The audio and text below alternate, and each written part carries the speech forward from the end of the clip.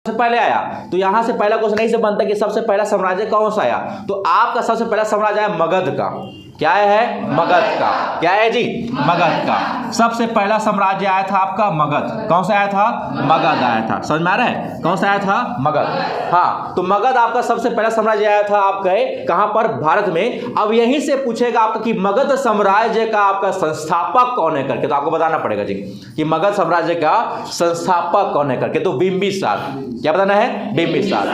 तो मगध साम्राज्य का आपका संस्थापक कौन रहेगा? आपका बिंबिसार रहेगा। समझ में आ रहा है? कौन रहेगा जी? बिंबिसार। हाँ, बिंबिसार रहेगा। अब यहां से पेपर में पूछेगा कि मगध साम्राज्य के अंतर्गत कौन कौन से वंश आपका आता है करके। समझ में आ रहा है जी? मगध साम्राज्य के अंतर्गत कौन कौन सा वंश आपके अंतर्गत आता है करके। तो यहां से भी आपको बताना पड़ेगा कौन कौन सा वंश आता है। तो यहां पर आपको 4 वंश पढ़ना पड़ेगा। समझ में आ रहा है? कितना वंश पढ़ना पड़ेगा? 4 वंश। मगध साम्राज्य के अंदर कितना वंश आता है? 4 वंश। सबसे पहले पढ़ेंगे हम लोग हर्यक वंश। क्या पढ़ेंगे सबसे पहले? हर्यक वंश। क्या पढ़ेंगे जी? हर्यक वंश। सबसे पहले पढ़ेंगे हम लोग हर्यक वंश। क्या पढ़ेंगे? हर्यक वंश पढ़ेंगे। ठीक है ना? क्या पढ़ेंगे? हर्यक वंश पढ़ेंगे। दूसरा हम पढ़ेंगे हम लोग शिशुनाग वंश। क्या पढ़ेंगे? शिशुनाग वंश। दूसरा में क्या पढ़ेंगे? शिशुनाग वंश। क्या पढ़ेंगे जी? हाँ, शिशुनाग वंश। तीसरा हम पढ़ेंगे हम लोग नंद वंश। क्या पढ़ेंगे? नंद वंश। और चौथा हम पढ़ेंगे हम लोग मौर्य वंश। क्या पढ़ेंगे जी? मौर्य वंश। ठीक है ना? तो तीसरा में हम लोग क्या पढ़ रहे हैं? नंद वंश पढ़ रहे हैं। और चौथा में क्या पढ़ रहे हैं हम लोग? मौर्य वंश। क्या पढ़े जी? मौर्य वंश। हाँ, अब मौर्य वंश बहुत बड़ा है, जितना भी राजा महाराजा है कौन कौन सा है पूरा एकदम अच्छे से पढ़ना है। समझ में आ रहा है?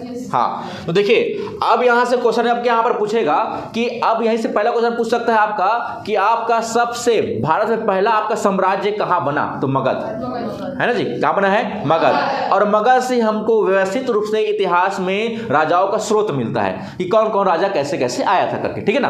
अब यहां से हम लोग जान गए कि मगध आपका साम्राज्य है। मगध क्या है? हमारा साम्राज्य है। अब यहां से क्वेश्चन पूछेगा कि उस मगध साम्राज्य का संस्थापक किसने किया, मतलब बनाया किसने था? किसने बनाया था आपका? किसने बनाया था जी? बिंबिसार। मगध साम्राज्य किसने बनाया था आपका? बिंबिसार ने बनाया था।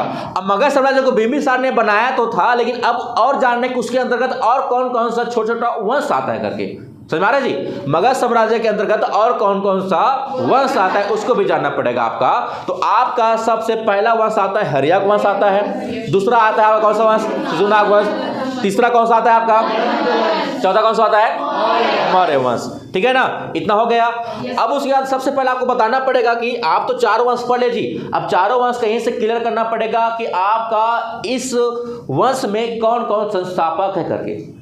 मतलब 4 वंश के साथ चारों संस्थापक। हमारा क्लास का पैटर्न जानते हो। सबसे पहले हम लोग क्या बनाएंगे? स्तंभ बनाएंगे। समझ आ रहा है? सबसे पहले मैं मगध साम्राज्य बताया। मगध साम्राज्य के अंतर्गत आपको उसका संस्थापक जान गए। संस्थापक के अंतर्गत आपको उस वंश उस साम्राज्य में कौन कौन सा वंश है उसको जान रहे हैं। अब वंश जान गए, वंश के साथ अब जानना है आपको कि उस वंश को संस्थापक किसने किसने किया था। संस्थापक के बाद आपका कौन कौन कब कब तक इस वंश को चलाया है। समझ में आ रहा है? मतलब कार्यकाल सब यहाँ पर आपको मिलेगा। समझ में आ रहा है? चलो चालू करें। हाँ, देखिए तो यही से आपको जानना पड़ेगा जो हर्यक वंश का संस्थापक थे जी आपका कौन था? बिंबिसार ही था। कौन था? बिंबिसार था। हर्यक वंश का संस्थापक कौन था आपका? बिंबिसार था। शिशुनाग वंश का संस्थापक था आपका शिशुनाग ही। कौन था जी? शिशुनाग ही था। नाम से ही है। शिशुनाग का संस्थापक कौन है आपका? शिशुनाग। कौन है? शिशुनाग। ठीक है? कौन है आपका? शिशुनाग ही है। समझ में आ रहा है? आपका हर्यक वंश संस्थापक कौन है आपका? बिंबिसार है। और शिशुनाग का संस्थापक कौन है आपका? शिशुनाग है। नंद वंश का संस्थापक है आपका महापद्मनंद। क्या है? महापद्मनंद। कौन है जी? महापद्मनंद। महापद्मनंद इसका संस्थापक है। इसी के बाद घनानंद आता है ना? हाँ, अब उसके बाद आता है मौर्य वंश का संस्थापक कौन है? सबको पता है। कौन है जी आपका? चंद्रगुप्त मौर्य। कौन है? चंद्रगुप्त मौर्य। इसका संस्थापक है हमारा चंद्रगुप्त मौर्य। कौन है? चंद्रगुप्त मौर्य। कोई दिक्कत?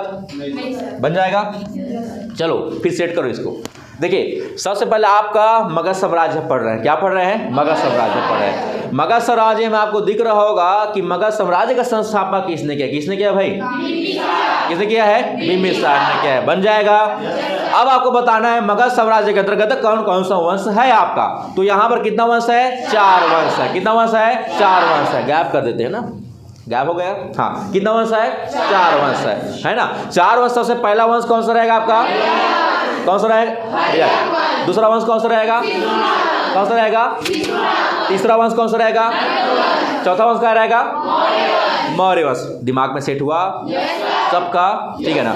अब यहीं पर बताना पड़ेगा कि इस और जो वंश हम लोग पढ़े हैं, 4 और वंश पढ़े, उस वंश में आपका संस्थापक कौन कौन सा था, उसको भी आपको माइंड में सेट करना है। अब यहीं से हम लोग सबसे पहला वंश पढ़े कौन सा? हर्यक वंश। क्या पढ़े जी? हर्यक वंश। अब हर्यक वंश का संस्थापक कौन रहेगा आपका?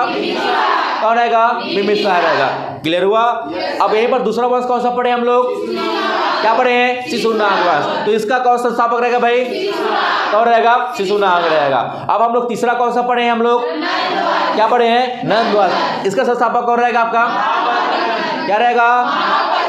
क्या रहेगा? महापद्मनंद रहेगा। ठीक है ना। चौथा कौन सा है? क्या है उसका? क्या रहेगा? क्या रहेगा? चंद्रगुप्त मौर्य।